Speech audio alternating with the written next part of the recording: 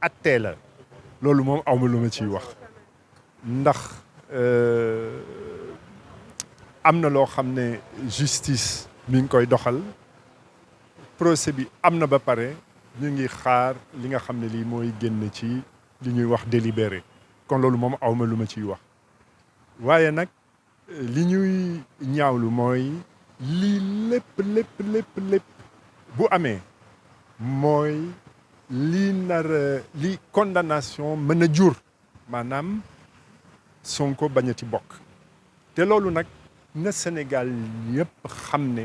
mu ngi jógee ci yokk boo xam ne Macky Sall yokk na ko ci code électoral ci benn araf bu ndaw ci article bu ñuy wax L57 ndax bu njëkk ba te mu nekkoon nag code électoral boo xam ne 1992 biñ koy taxawal ñëpp ca bokk dialogue dëgg amoon ca booba ñëpp ñëw ñëpp teew parti politique yi kenn desul ñu déggoo ci nii lañ ko war a doxalee waaw Macky Sall 2018 astafurlah mu daal di jóg ne article L57 jàpp na ne bépp Sénégalais bu munti doon ñu am luñ la loo xam ne lii teg nañ la ko muy ci yoon muy ci leneen boo sañee boo ko bëggee mën na taxaw ne nekk naa candidat Macky Sall ne loolu dootu fi amati du ma bàyyi askan wi fal ku mu neex dama ci yokk électeur maanaam candidat fokk nga doon électeur fekk ca booba ca njuuj njaajam ndax moo wax ne day doxal njuuj njaaj xam na ne bu ci yokkee électeur ndegem article 29 ak 30 li ñu ci jàpp mooy képp koo xam ne condamné nañ la nekkatoo électeur bu boobaa boo pertee li ñu sañ a wax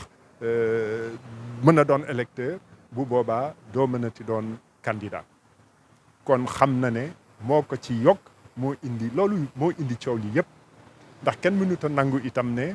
dafa war a am justice bu ñuy doxal jëmale ko rek ci homme politique am justice boo xam ne dañ koy doxal jëmale ko ci askan li des ci askan wi waaye li dul yoon mooy lii nga xam ne indi na ko ba ku ñàkk sa électeur rek ñàkk nga sa éligibilité lu tax dialogue li mu soxla mooy ñoo xam ne wóolu te dox na seen diggante waaye nag toog di dialogue ak koo xam ne gis nga ci moom ne du nitu kaddu loolu jafe na ma lool loolu di benn ñaareel ba ñu war a fàttali ne ñeenteeli dialogue lay oote tey ba ca mujj mi ngi dooroon ca 28 mai 2019 mu dooree ko ci di wax ne man bàyyi naa njuuj njaaj loolu la wax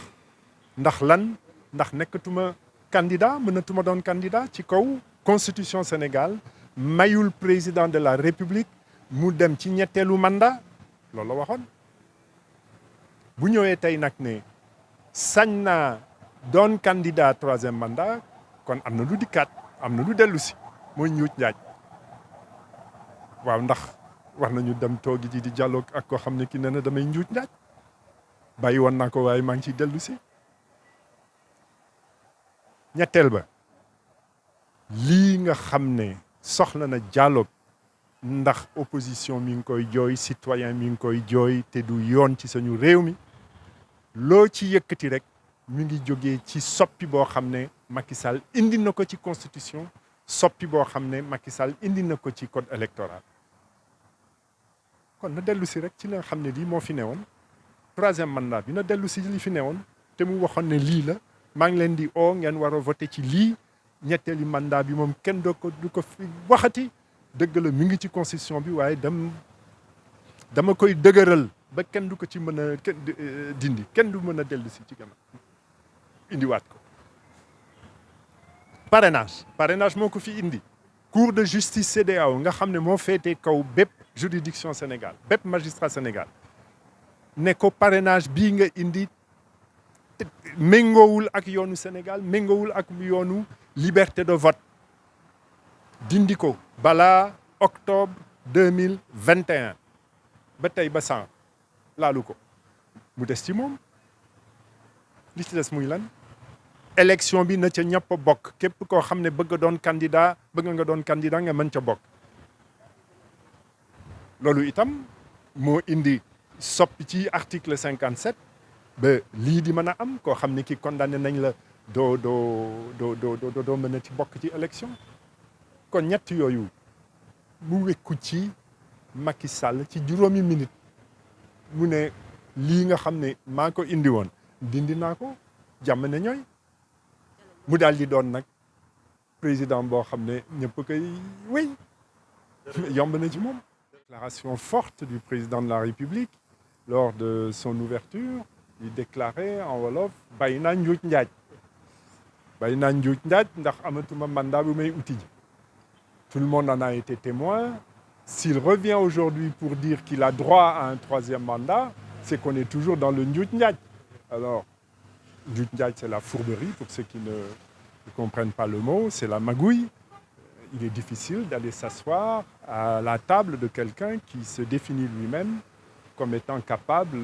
d'attitude fourbe et de magouille. Alors, il y a une autre raison pour laquelle nous ne sommes pas enclins à participer à ce dialogue, c'est que les principales revendications de l'opposition viennent de décisions unilatérales prises par le président Macky Sall. Il s'agit de ce troisième mandat, il prétend y avoir droit, on ne sait pas par quelle alchimie, et aller chercher un sorcier blanc pour l'aider dans sa démarche. Il y a le problème du parrainage, un parrainage qu'il a instauré, un parrainage qui est condamné par la Cour de justice de la CEDEAO, qui lui a fait injonction de le supprimer. Et il y a la question des élections inclusives où tout le monde doit participer. Mais sur chacun de ces trois points, ce sont des décisions de Macky Sall qui ont créé les problèmes. Mais il lui appartient, en tant que décideur, capable de créer le problème, de prendre des décisions inverses et d'enlever le problème. Je ne vois pas en quoi ces solutions qui sont entre ses mains nécessitent un dialogue. Encore une fois, le parrainage, il dit « j'ai décidé de respecter la loi » parce que la décision de la Cour de justice de la CEDEAO, c'est la loi du Sénégal, il faut le dire, et il l'applique, il supprime le parrainage. Le troisième mandat, il dit « j'ai décidé de respecter la Constitution du Sénégal que j'ai fait modifier selon la conception que j'en avais et que j'ai exposée aux Sénégalais, que j'appelais au vote du référendum en 2016. » Le problème est résolu. Concernant les participations inclusives, je supprime le petit mot